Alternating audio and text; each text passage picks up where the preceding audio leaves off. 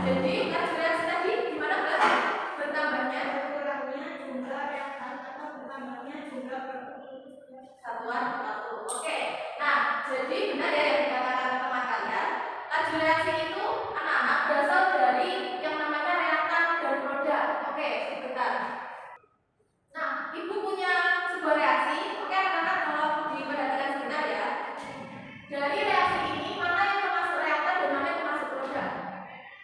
Reaktannya itu yang sebelah mana? Sebelah kiri. Ya, sudah. Jadi ini reaktan ya. Produknya ya ya ini namanya produk. Diingat-ingat ya anak-anak, kalau reaktan itu yang sebelah kiri, sedangkan yang produk itu sebelah kanan apa hasilnya. Karena jadi laju reaksi itu kan berasal dari reaktan dan produk. Nah, dari reaktan dan produk itu akan ada saatnya dia dalam keadaan yang sama atau seimbang. Nah, keadaan yang sama ini dinamakan sebagai reaksi keseimbangan yang akan kita bahas pada pagi hari ini. Oke, adapun tujuan pembelajaran kita pada pagi hari ini yang pertama, diharapkan setelah mempelajari keseimbangan kimia, kalian nanti bisa menjelaskan pengertian apa itu keseimbangan kimia.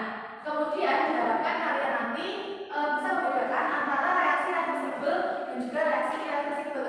Dan yang terakhir, diharapkan kalian nanti mampu membedakan antara keseimbangan homogen dan juga keseimbangan heterogen. Oke, anak-anak, coba perhatikan kedua gambar ini. Untuk gambar yang sebelah ini, gambar apa? Iya, pembakaran kertas. Kalau yang ini? Iya, benar. Nah, coba perhatikan gambar yang pembakaran kertas. Yang itu makanya, kalau kalian membakar kertas, kertas yang dibakar nanti menjadi apa? Iya, abu. Nah, kalau kertas yang dibakar sudah menjadi abu, apakah abu tadi bisa berubah kembali menjadi kertas semula? Tentu saja tidak ya. Nah, jadi diibaratkan kertas yang masih utuh itu adalah reaktannya. Kemudian abu hasil pembakaran itu merupakan produk akhir. Nah, jadi reaksi antara reaktan ke produk itu nanti reaktan bisa bereaksi membentuk produk, serta produk itu nanti nggak bisa kembali lagi menjadi reaktan. Sehingga reaksinya itu cuma berapa kali? Satu kali atau dua kali? Ya benar, cuma satu kali ya. Nah, kemudian pada proses pendidikan air, kira-kira kalau kalian mendidihkan air nanti keluar apa? Uap. Ya, uap air. Nah, kalau kalian mendidihkan air dalam wadah yang tertutup, itu di balik tutup wadahnya ada apa? Iya, ada embun. Nah, apakah embun tadi itu bisa kembali lagi menjadi air? Bisa. Iya, bisa. Nah, jadi kalau air yang dididihkan kemudian menguap, terus uapnya nanti bisa kembali lagi menjadi air, reaksinya berapa kali? Berkali-kali. Iya, bisa terus-menerus ya. Nah, jadi kedua reaksi ini itu ada di dalam keseimbangan kimia yang akan kita bahas pada hari ini. Kemudian, apa sih manfaat kita mempelajari keseimbangan kimia? Ada yang mungkin mau berpendapat dari kedua gambar ini? Belum ada ya? Nah, coba kalian perhatikan diagram alir proses Haber-Bosch. Nah, dari proses Haber-Bosch ini akan menghasilkan apa anak? Amonia. Iya benar, amonia. Nah, kira-kira amonia itu apa sih? Kalau melihat dari kedua gambar ini, pupuk. Iya, pupuk. Nah, jadi bisa dikatakan amonia itu berguna sebagai salah satu bahan baku untuk membuat pupuk. Nah, jadi anak-anak, pupuk itu mengandung 3 unsur utama. Di antaranya ada kalium, ada fosfor, dan juga ada nitrogen. Nah, nitrogen itu fasanya apa sih anak? Cair, padat, atau gas?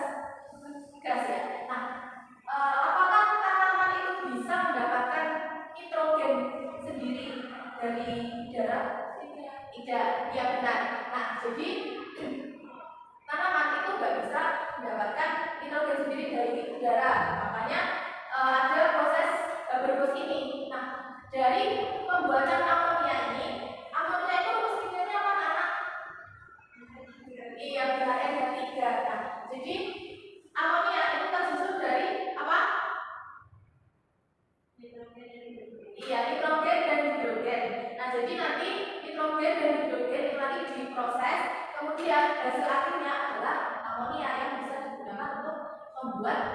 pupuk.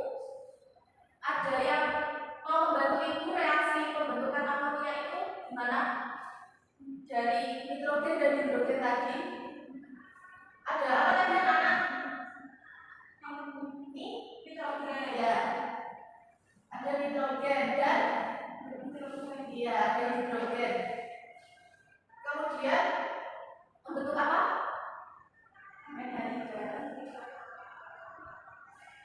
Di sini mau bertanya, apakah reaksi ini sudah setara? Belum. Ada yang mungkin mau membantu ibu maju ke depan untuk menyetarakannya. Coba bahas ini. Kalau bahas saya,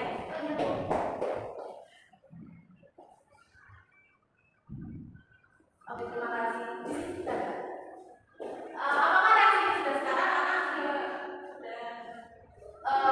Jadi apakah perlu dibuktikan? Untuk nitrogen di sebelah kiri berapa? Sebelah kanan? Hidrogennya? Oke, jadi sudah setara ya. Reaksi sudah benar ya. Oke, terima kasih Mbak Usi. Boleh duduk. Oke, jadi anak-anak amonia itu tersusun dari nitrogen dan hidrogen dan nantinya akan membentuk namanya NH3. Nah, di sini aku mau tanya, apa sih kaitannya antara proses hidrolisis ini dengan kesimbangan kimia? Mungkin ada yang berpendapat. Kalau belum ada, coba perhatikan ini yang pipa nomor 5 ini. Kira-kira dari ini mengalirnya mana? Ya ke sini ya. Kemudian mengalir ke sini. Nah, prosesnya itu kan berlangsung terus-menerus. Jadi reaksi ini tuh berlangsungnya berapa arah? Iya, 2 arah. Nah, jadi anak-anak ketika amonia yang sudah cair yang berada di kulit pen ini, kalau yang sudah jadi itu bisa dikeluarkan dan membentuk amonia. Nah, tapi apakah ada nitrogen dan hidrogen yang bereaksi? Iya, ada ya. Nah, jadi nitrogen dan hidrogen yang bereaksi itu akan mengalir ke pipa ini. Nah, kemudian dia akan prosesnya terus-menerus sampai bisa menjadi amonia cair dan bisa dikeluarkan sehingga bisa digunakan untuk membuat pupuk. Oke, ada pun lama-lama pembelajaran kita pada pagi hari ini. Jadi ibu akan menggunakan metode pembelajaran yang namanya discovery learning, yang mana nanti ibu akan membentuk kalian menjadi 2 kelompok ya. Sudah ibu bagi di grup WA ya. Nah, kemudian ibu akan memberikan LKPD kepada kalian yang berisi stimulus, yang mananya nanti stimulus tersebut kalian identifikasi masalahnya sebanyak-banyaknya, dan kemudian pada pengumpulan data dan pengolahan data itu berisi soal-soal yang kalian kerjakan secara berkelompok. Oke? Dan kemudian pada tahap pembuktian ini nanti kalian maju untuk mempresentasikan hasilnya dan kita simulasi bersama-sama tentang materi kesimbangan kimia yang kita bahas hari ini. Oke, di sini ibu akan memberikan LKPD kepada kalian.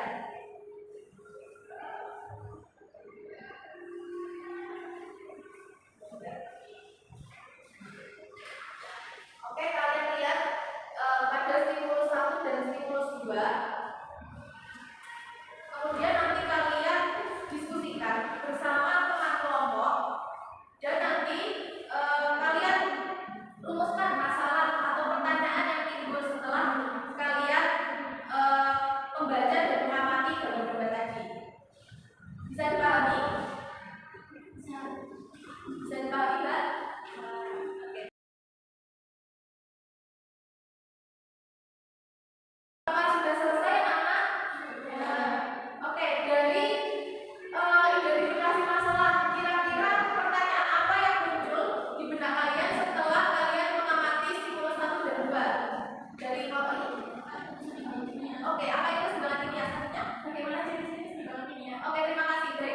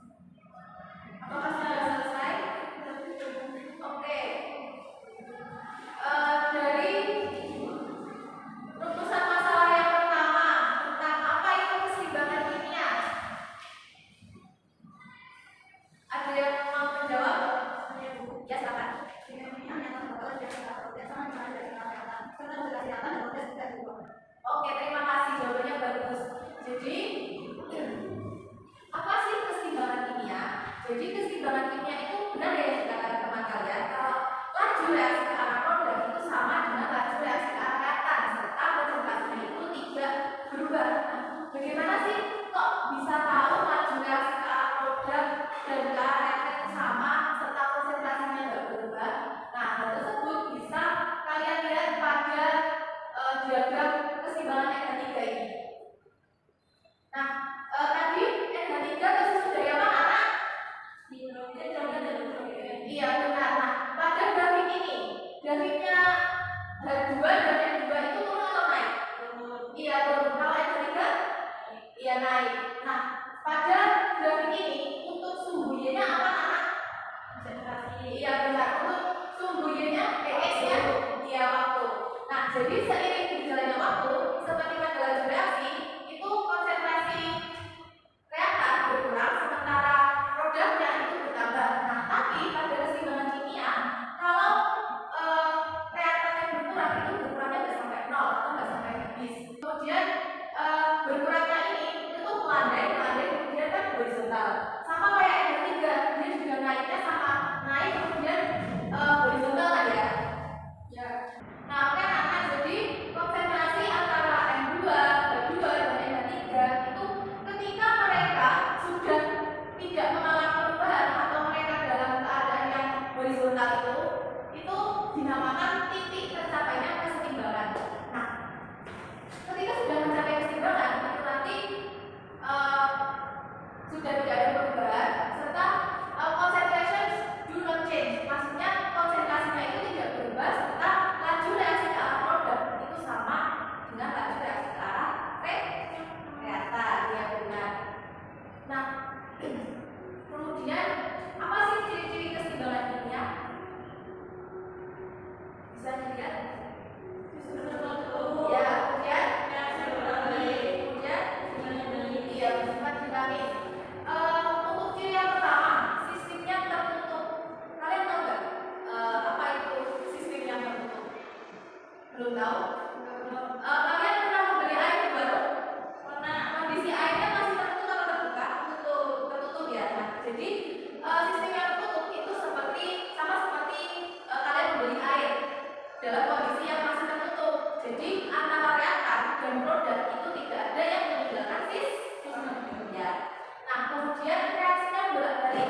Jadi dari reaktan itu bisa membentuk produk serta produk itu nanti bisa kembali lagi membentuk reaktan dan reaksi bolak-balik itu ditandai dengan panah dua arah.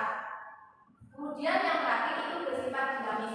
Maksudnya laju reaksi ke arah reaktan itu sama seperti laju reaksi ke arah produk. Reaksinya berlangsung dua arah. Nah, kemudian untuk rumusan yang ketiga, apa sih reaksi kimia itu? Ada berapa reaksi kimia? Ada dua menurut saya. Ya, nah apa saja? Ada reaksi irreversibel dan juga reversibel. Oke, bagus. Kalau reaksi irreversibel itu reaksi yang bagaimana? Kalau yang reaksi irreversibel itu zat hasil reaksi tidak dapat reaksi kembali membentuk zat reaksi. Sedangkan kalau reversibel, namanya reversibel itu zat hasil reaksi bisa kembali membentuk zat reaksi. Oke, bagus. Terima kasih ya, Mbak Fit. Jadi reaksi kimia, reaksi dalam keseimbangan kimia itu ada dua. Ada apa tadi anak? Iya, reversibel dan irreversibel. Nah, contoh dari reaksi irreversibel seperti pada gambar yang di atas ini ya. Gambar apa ini anak? Ya, air dalam wadah terbuka. Nah, ternyata anak air dalam wadah yang terbuka itu bisa lama-lama itu bisa berkurang bahkan sampai habis. Ada yang tahu mungkin kenapa kok bisa berkurang meskipun nggak kita minum? Mungkin ada jawaban lain? Oke, bagus jawabannya. Jadi dia bisa mengalami penguapan. Nah, kalau air yang menguap itu berubah wujud apa ke apa? Iya, cair gas. Nah, sama dia juga mengalami penguapan karena perubahan wujud dari cair menjadi gas. Nah, gas yang dihasilkan itu nanti akan keluar dari tutup botol. Gas yang keluar dari botol itu akan menyatu dengan udara bebas. Nah, makanya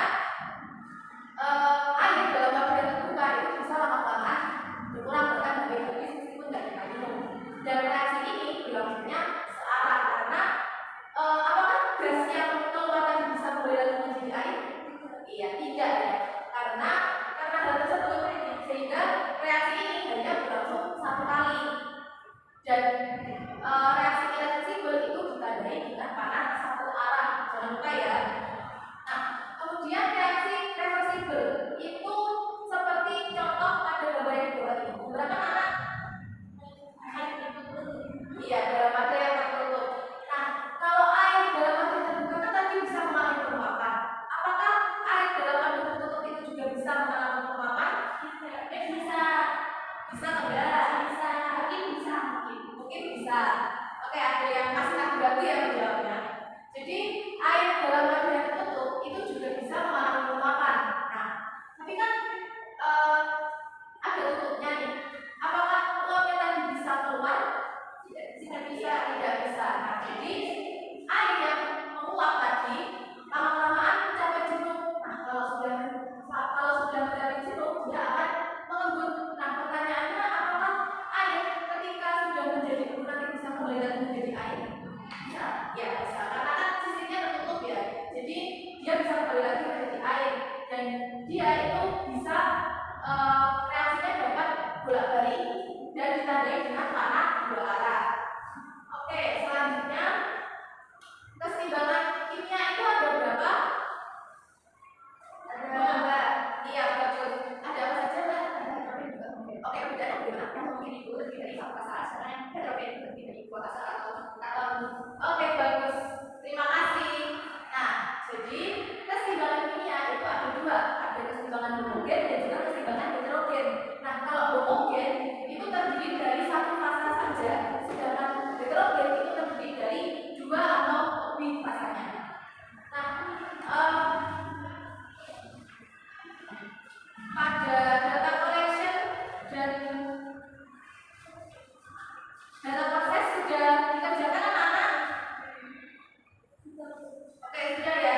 Coba kalian presentasikan di depan sini. Nomor 1 dan 2, silakan dipresentasikan. Gambar A dan B di atas mana yang mengalami reaksi reversibel atau reaksi yang tepat balik? Jawaban jawaban itu adalah gambar B. Yang satu, gambar A dan gambar B di atas mana yang mengalami reaksi reversibel? Jadi jawaban ini kami tidak gambar B. Oke, alasannya apa? Yang kedua. Ya, untuk yang kedua itu alasannya karena air dalam wadah tertutup bisa mengalami penguapan dari yang semula berwujud cair menjadi keras. Oke, sudah.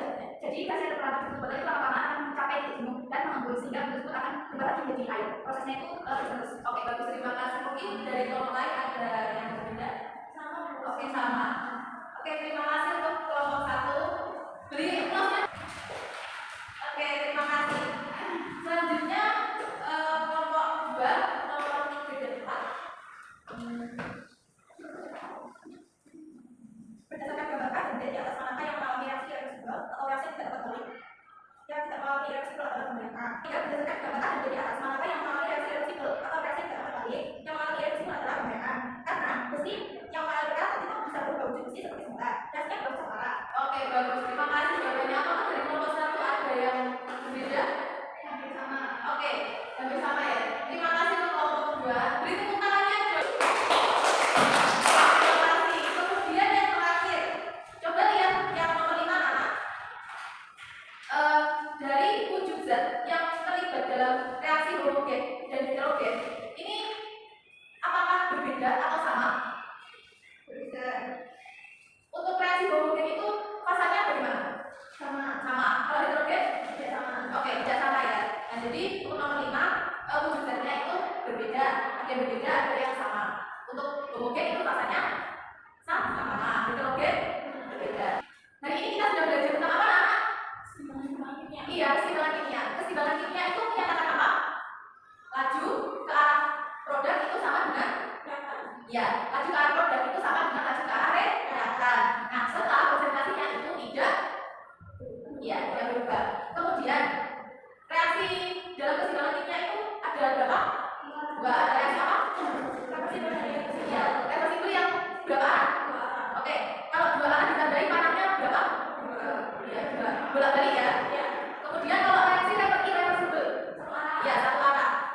Kemudian untuk reaksi irreversibel apakah bisa kembali menjadi reaktan? Ya, tentu saja tidak ya. Kemudian keseimbangan kimia itu ada berapa? Dua. Keseimbangan apa saja? Oke, dan oke. Kalau yang fasanya sama itu apa? Oke, fasanya cuma satu. Kalau yang lebih dari satu apa? Heterogen, iya benar. Oke. Nah, sebelum mengakhiri kegiatan pembelajaran kita pada pagi hari ini, Ibu sudah mengirimkan kuis untuk kalian kerjakan.